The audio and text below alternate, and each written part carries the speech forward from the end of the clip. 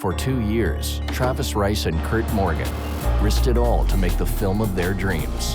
Watch as Travis and Curt travel around the world to remote locations in an attempt to present snowboarding as it's never been seen before.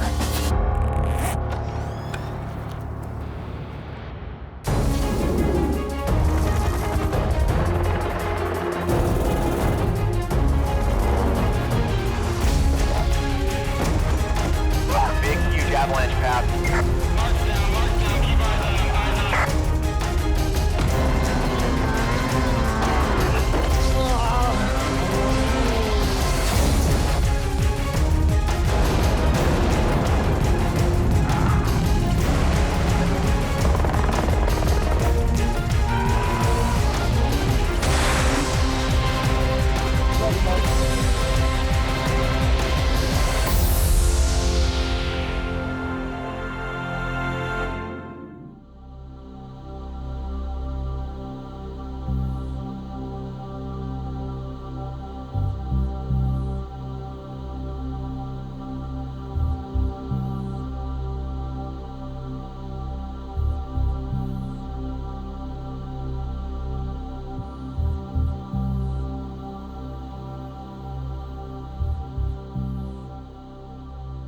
Remember how we were with Terry like a couple years back and we saw that, what was it called? Show race, dude. So I think we should just go up there, get a couple helis, and just go nuts.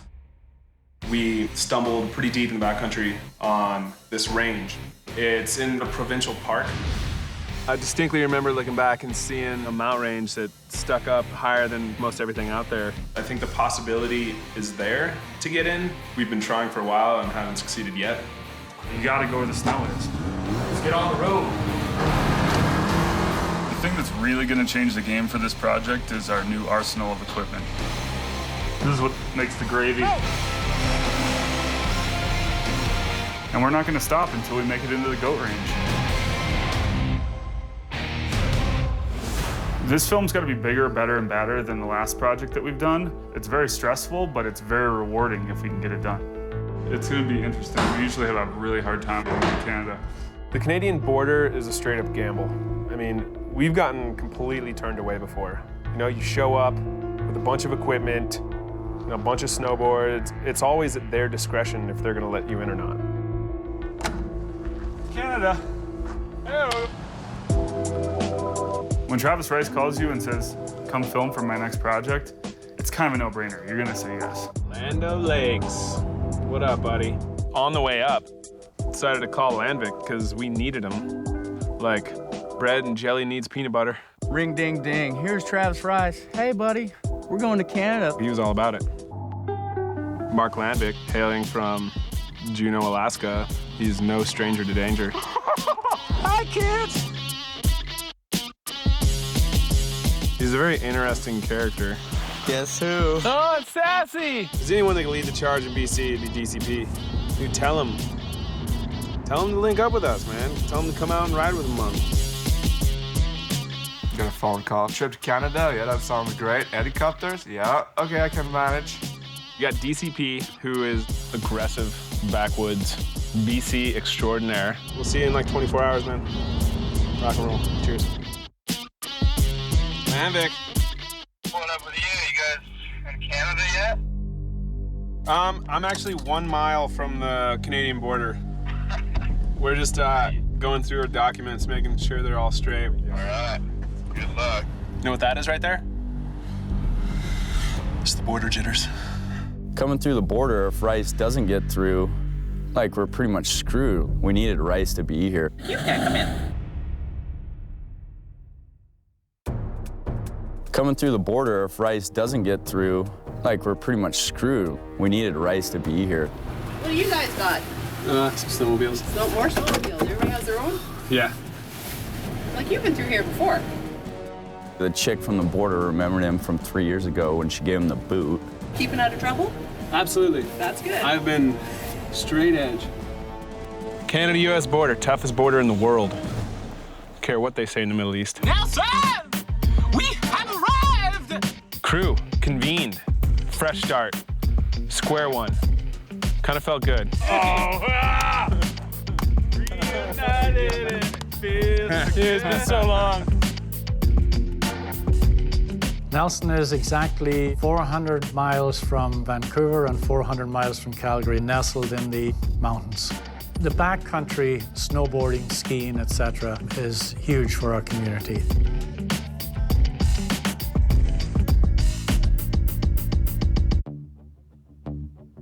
First order of business was really to lay out the maps and assess our plan. First of all, we're kind of down here with the snow map. Nelson's down here. On this side of the Kootenay Lake is the Purcells, and we have a zone that we can go into over here. It's called Zone F. What's F stand for? I have no idea. Freaking awesome. Freaking awesome. We got Scott Newsom, head guide, and is actually the first snowboarder to become ACMG guide, which is one of the most prestigious certifications in the world. And then we can also go into a Zone D, which is kind of around here by the Horseshoe Glacier. Every bit of terrain that we could possibly ride, he had it scoped out. That's pretty badass. Like, for us to cover this much ground, you can't just do it by eye. You need some kind of help, whether it be maps or Google Earth or whatever, to break down the terrain. So Google Earth's super helpful for me in the Kootenay areas, especially because it's very unexplored in this area. It's just really helpful to find access roads. In any snowboard trip, you're depending on the weather. You're depending on Mother Nature. You want to have the good conditions, the sun, to be able to go where you want and to be able to ride what you want and to be able to capture the good images. We're gonna set up base camp here in Nelson, BC. Maybe we'll get in the goat range. So tomorrow, shitty weather, we want to go get scared, pull our pants down, and see what the shit happens.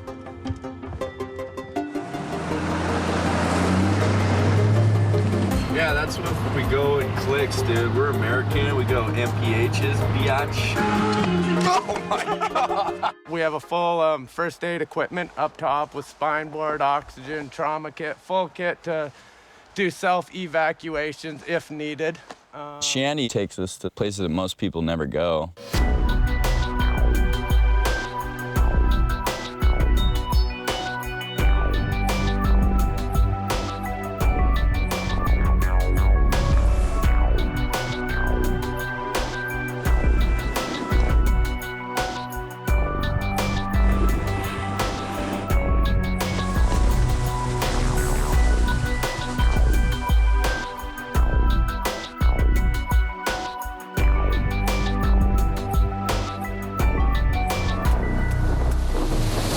I think if you go fast enough, you can hear over it.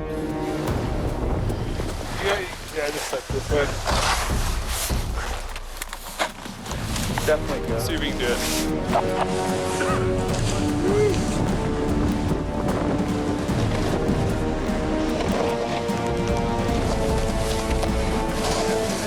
Trav being Travis, he thought, oh, we can make our way down this. No, we couldn't.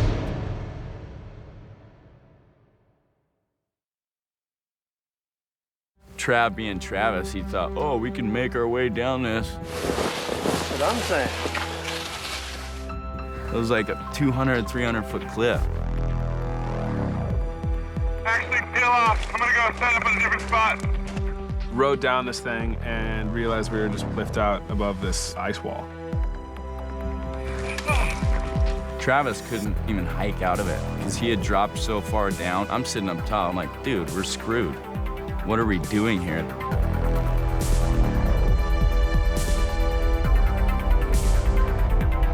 I had kind of stopped and pulled up and wanted to kind of assess the situation, and Travis got a little bit lower and wanted to try to work his way through there. Did about an hour and a half. You swim back uphill through, kind of hollow snow, pretty vertical.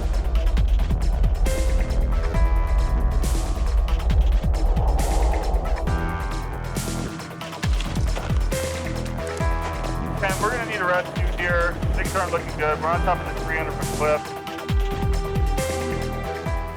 Helicopter into the hill. Just the nose barely touching to the slope. Blades are spinning a couple of feet away from the slope. The whole basket, the whole door is just in the air. And below us is those cliffs. So we don't want helicopter to go, then you're all dead.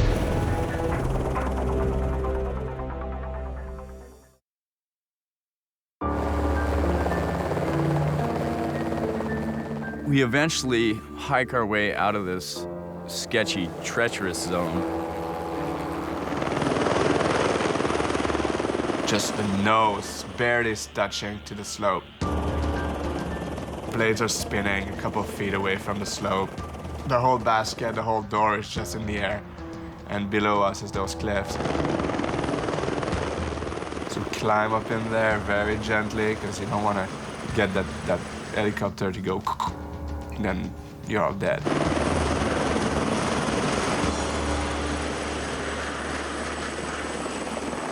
We didn't realize what we were on top of until we actually lifted off and friggin' Ken nosedived over it and showed us what we were on top of. It was like 300-foot ice cliffs. It was a bad situation that could have got a lot worse. I think we were just a little bit too eager, and the clouds were moving so much that we couldn't like see all the terrain that we wanted to. Obviously thankful that we came out. There we were at the hotel, and Curt tells me that I have to go find a plane for the crew so we can go scout the goat range. Apparently I gotta find us a plane for the backcountry to go scouting. Curt thinks I got the best chance, so I'm gonna go talk to Jake at the front desk. The goat range is pretty far from most everything, and helis are a little slower, planes are faster. I think it only made sense to, go try to find a plane. We need like a 4-seater plane. This is the front desk to a hotel. Do you know anybody in town? Huh? No, I do not. All right. That guy sure was a jerk about the whole situation. I thought it would be easy to find a plane. Turns out there aren't that many planes for hire in Nelson. Homeboy that's cleaning the rooms came up to me. I found a plane. It's a... You found a plane for us? Yeah, for you. Sick. Says he's got a plane and a buddy down at the airport. Killer. Thank you, my man. It's on. We're about to go hop on this flight.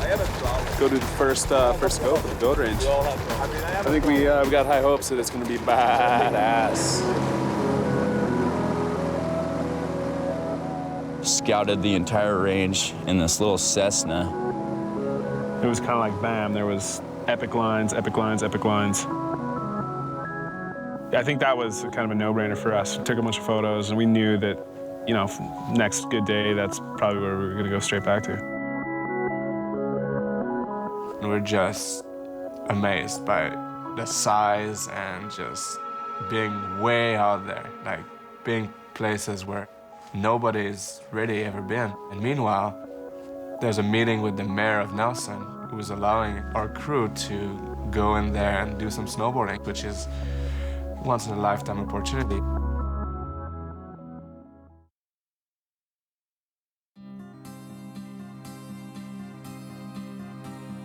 There's a meeting with the mayor of Nelson who is allowing our crew to go in there and do some snowboarding. So the mayor lets us into the park, but he says, you gotta bring a ranger with you. His name's Ranger Dave.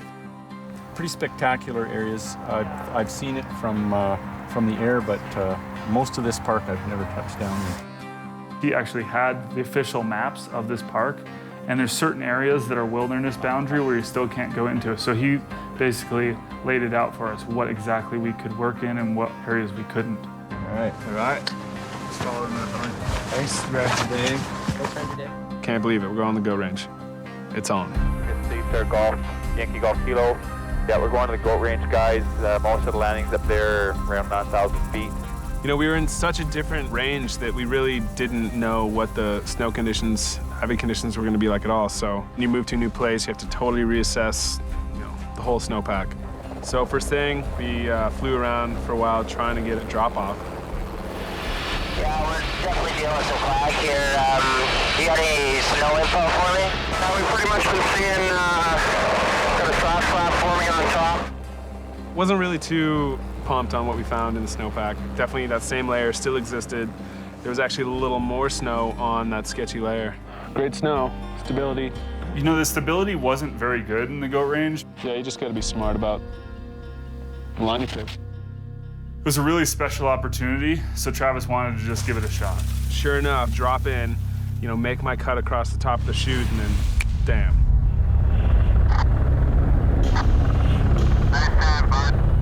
The whole thing popped, and she went real fast. Travis got the nickname Avalanche because in one of the run he had 3 3 avalanche pop.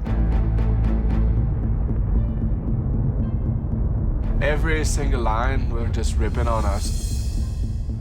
With all those crazy conditions, you know, we came to the option of maybe we should bomb those slopes.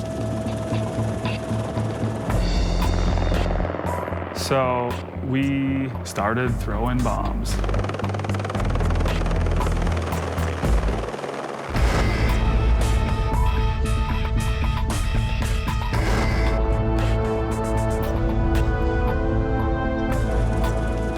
The coolest part about an avalanche is just the power, and it has so much more power in you, and you just have to respect it. One of the lines, they dropped this huge bomb on this massive slope. You know, it obviously didn't slide. So Travis decides to ride it.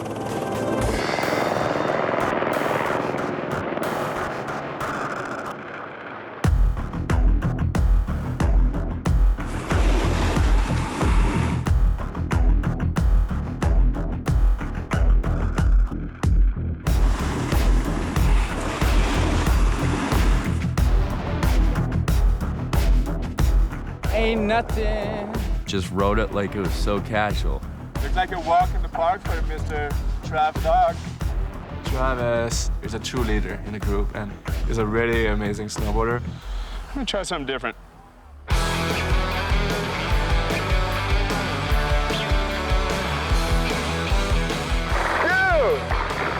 that was Captain Insano.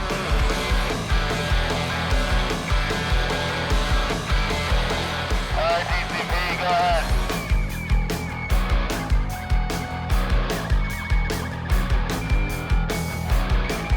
DCP BIG. Holy shit.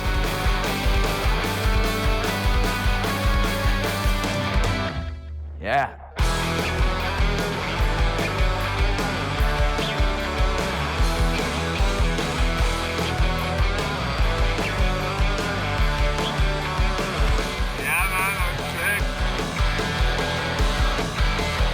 That was fucking dope. Hoping we can get farther than 10 feet on this thing. Have some fun.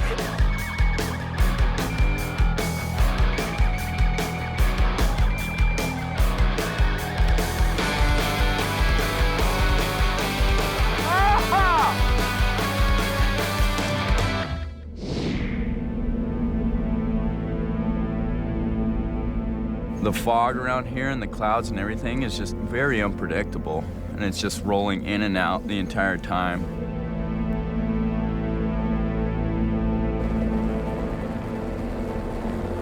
We climbed up, we got through found some nice openings and climbed up through the fog.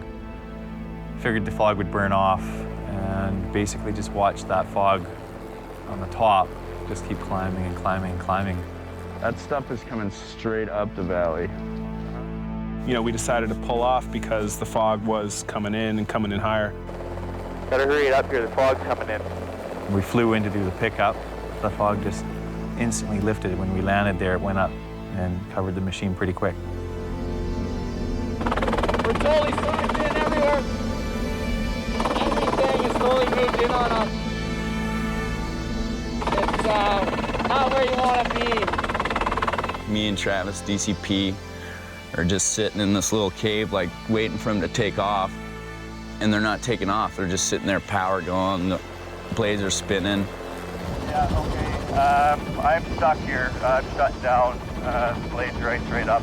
I was worried about going over backwards over a huge cliff. I don't know what that drop-off would have been. Now me and DCP and our other co-partners across the way are sitting on the edge so it doesn't go tear. We could have been there all night, you know, but Mr. Ken's like, tie it up, sit on there, and he climbed on top of his helicopter with a shovel handle. And he's banging on his blades, just chipping away that ice. Oh, nice! Nice, we got the temperature. Ken's like, all right, guys, I got all the ice chipped off. This is like my one chance to get out of here. Roger, I'm doing this solo. It was a scary moment for all of us. It's lame when you get out there and you're so excited to ride and everything just shuts you down. The weather, the helicopter. I mean, in this job, you gotta plan for the worst and hope for the best. So we have this big storm system rolling in through Nelson, and we're all excited about it because it's snowing. It's looking like it's maybe finally gonna crack, and we're gonna get out there and try to get some stuff done. The only problem right now in talking with our guides is it's looking like it might be the worst avalanche conditions of all time. Today, we really just gotta make sure that we're all working together, and that stability is probably not gonna be that great. It's gonna be a little sketchy, but tiptoe around, figure out what the snowpack's doing, and next 5 days it's on. We're in an environment that has snow, steep slopes, and if that's all we had, there'd be no problem. But as soon as we introduce man and his toys into that avalanche triangle, then we have the avalanche hazard. It's definitely got that feeling that it could pop. Then me and Travis, we decided to cut a cornice off. I guess we know shit's sliding. That would have been us, dude. I'm just like shaking like a dog shitting razor blades, scared up there. Sloughs are running almost as fast as an avalanche. Pretty scary, high-speed sloughs. At that point, I was so scared, but when I'm scared, I kind of want to just go and I want to ride. So I'm like, all right, Kurt. I'm just gonna ride into my line. I'm just gonna take a super narrow line. Let me know when you want to go. Go ahead, bud. All right, I'm ready. Yeah, get it. One time. Mark drops in, takes a kind of pretty conservative line, and kicks off a ton of slough. Oh, God. Mark's down. Keep eyes on him. Eyes on him. Get him, Scott. I got him. All I could see is a bunch of snow starting to pour down, and I'm like, oh no. And then I saw Mark on his back, like, just like swimming, and then I see him on the edge of the cliff, and boom, he kind of flipped off of the cliff. At that moment, you're like, okay, I want to go save my friend now. You okay? Feeling, I don't know what's going on down there. And Mark, are you good? Yeah, a little bagged up. A little scared. Yeah, I didn't really plan on spending that 30-foot cliff on my ass. Yeah, sorry, man. That really didn't look fun at all. Fuck! This is stupid. So I've been saying that, have I not? Oh, yeah. We can't ride those lines, dude. Like, someone's gonna... I'm not doing it. I'm over it. You know, when things like this happen, it really changes the mentality of our crew. It's a really good wake-up call, honestly. Just kind of how it goes out here sometimes, so always trying to be as careful as we can and at the same time push it. We'd pushed our luck quite a bit on the trip, as was, and I think that was kind of the final piece where we decided to call it. Glad to hear you're okay, buddy. Yeah, glad to see you too, Kent. A nasty, eh? Yeah, it could have been a little worse. Yeah, that's what it sounds like. These guys are pulling some stuff off. It looks really easy, but in reality, like I could be lifting that guy off the mountain. We made it into the goats. We got to see what they had to offer, and I think that was definitely a trip highlight, just being in that area. This trip was a great experience, and we all learned a lot from this trip, and I think that's what snowboarding is all about. It's to keep learning and keep experiencing new things. That's why we keep doing it. Not completely satisfied with the snowboarding that we were able to do, but something's got to leave you hungry for the next time. Gotta be able to stay motivated. It's so hard making these films. I mean, I'm so happy everyone's okay, but we walked away from 3.5 weeks of shooting with a large crew and pretty much have nothing to show for it. Next on Art of Flight, the series. Burn down Babylon in Alaska, man. Snowboarding is the vessel that is able to take me to far off adventurous places with, you know, a tight-knit crew. Don't worry, we got the angles covered. We got 2 Varicams, F3, Phantom, Airy 235. Yeah! 5 more seconds to the movie. It's a good day. Dude, that's what's good. stretch no one's deal out or anything. I'm just being me. It's me. It's me being me, baby. Come on.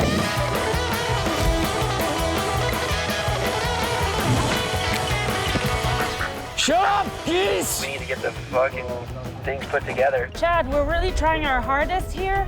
The schedule is definitely behind. Everyone's feeling the pressure.